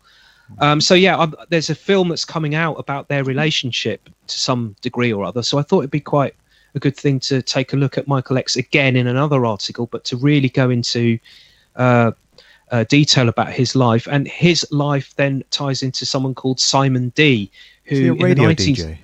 He was a radio DJ in England. He started on the Pirates. He started on Radio Caroline, which again in itself takes you off into another kind of conspiratorial route, because when you find out the people that backed Radio Caroline, wow, we're talking about the so-called elites being involved. So we're talking about a pirate station which has been set up basically to play pop music in England at a time when pop music wasn't played in England, and it's held up as this rebel radio station that's against the man, it's against the establishment. But when you actually look at the people who financed Radio Caroline, most of them come from royalty, aristocracy, the British press, like proprietors of the British press, and so on and so on and so on. Wow. So this is where Simon D came from. He was a radio DJ who then got picked up by the BBC, and then he became a TV star. And no one has heard of him now. That's the thing. No one in Britain knows who Simon D is or was, but he was the biggest TV star in Great Britain for most of the 1960s. He is credited as having basically invented the kind of like, which was very new in the UK at the time, maybe not so in the US, but in Britain, TV interviews up until that time had been very staid, very stiff, very formal. And along comes Simon D with this laid back chat. He's talking to film actors and pop stars and celebrities, and it's all very swinging and cool and relaxed. And yeah, his kind of style has been said to have has rubbed off, and it's kind of like his real name was Cyril Nicholas Henty Dodd, which is an aristocratic name if ever I heard one. And it puts me in mind of John Peel, because round about those times John Peel was an influential radio DJ, and he was perceived to be rebellious and against the man. But yeah, he was public school educated. Cyril Henty Dodd, yes, that's his real name, and he does come from a very rich family. Just like John Peel, yeah. Yeah, Cotton John Mill, Ravencroft. I think. Yeah. Cyril, or Simon D, was he came from a rich family. I think it was cotton mills. They made their fortune, and he went to public school as well, and then he ended up in the RAF, as you do, even though at school, according to a couple of his teachers, he showed no aptitude or interest whatsoever in anything to do with with aeroplanes or military or anything of that ilk. He leaves public school with a really rubbish school record, and joins the RAF, in which he becomes seconded to the intelligence unit. And then he leaves like you do, exactly. Then he leaves the RAF, and within 3 or 4 years, he's the biggest star on television. And he also got a part in The Italian Job, the Michael Caine film. This is how huge he was. It is said that the reason that Michael Caine, his friend, the lead of The Italian Job, picked Simon D was because they wanted The Italian Job to become a massive film, as you naturally would, but they were scared it wasn't going to attract, because it was a little bit, I don't know, they were a bit wary of it. They weren't sure whether it was going to be a hit or not. So they drew in Simon D to take on a cameo role in the film, in the hope that his image, his appearance in it, would give it some kudos to get people to go to the cinema and watch it. This is how huge this man was. Then in 1970, in February 70, I think it was, he was on a TV chat show, his very own TV chat show, and the guests were John and Yoko, Michael X, and George Lazenby, who was then the 007. He was James Bond at the time, a job which Simon D was actually auditioned for as well. This again shows how huge he was, but he was too tall, so they didn't take him on. And it was on this show that George Lazenby, as he was interviewed, he took out, this is according to Simon D himself, none of this, by the way, has been saved. All these shows were live, but they were taped live, but they were all wiped, okay? For some reason, somebody decided that all Simon D's shows had to be wiped. So in this interview, according to Simon D himself, he takes out a piece of paper from his pocket, George Lazenby, and he says, these are the people that were responsible for JFK's death. And he starts to read off all these names of senators and basically the Dallas contingent, the Dallas Mafia. He begins to read off these names. I can't imagine why that tape was wiped. It was wiped, but the show went out. It actually went out on air, to Simon D's amazement, because he, in a book that was written with his help, which he gave a lot of quotes for, he said, oh, well, we went with this interview, and at the time I remember thinking I was absolutely mortified, but I just thought to myself in my head, oh, I'll let him talk, because obviously when it comes to editing, they're going to take that bit out. They didn't. They played it. They played the whole interview, including the bits with George Lazenby talking about JFK and the murders and everything. Do we know what names were mentioned? No, not that I'm aware of. No, but it was that Dallas Mafia. It was the crew that it's been well documented. There was I wouldn't be surprised if LBJ was mentioned, maybe George Bush. Yeah, maybe. But yeah, about a month or two after this interview went out, that was the end of Simon D. His contract was terminated, and he ended up a couple of years later driving buses. Wow. Because he couldn't pay the bills, and no one has heard of him since. And that was the end of Lazenby as James Bond, and nobody's really heard of him since either. Yeah. Wow. And the guy that made George Lazenby do this, to go on the program and do this, actually was a guy who's seen as the person that actually started Radio Caroline. So again, we're going back to this elite establishment sort of connection to Radio Caroline, and the person that started the station, or credited with starting the station, is the man that actually instigated and encouraged George Lazenby to go on this show and do this. See, this is what happens when you ask Matt what he's researching. You fall down about 50 rabbit holes. So yeah, that's what I'm looking at the moment. Yeah. Oh, yeah. Desiree, what have you got coming up? Gosh, I'm in the middle of writing probably 4 or 5 articles. Yeah. That's just how it goes. That's just how it goes. Yeah. I've been really wanting to expand upon. About a year ago, I published an article about Michael Jackson and his ties to specifically Paul McCartney and the Beatles copyrights and all of that. And since then, that quite a few months ago, that Leaving Neverland documentary came out, and with some pretty big allegations against Michael Jackson and his estate and all that. And so I really wanted to explore that some more, because I think that there's a very large Beatles connection there, even if it's a bit abstract. But just with Michael Jackson owning the Beatles copyrights for so long, and then after he died, they were sold immediately back to Sony for a huge lump sum. And Paul McCartney has kind of been in the middle of that in a very strange way all of these years. And so I have some more information on the Leaving Neverland documentary and how that ties in also to Paul McCartney and other celebrities in that era. So that's probably the next one that's going to come out.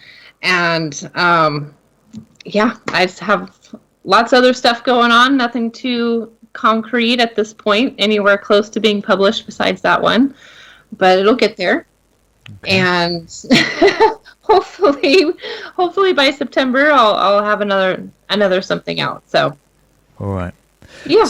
So this has been episode 1 of the Magical Mystery Talk. If you've enjoyed it and got some value out of it, please share it with anyone else you think might be interested.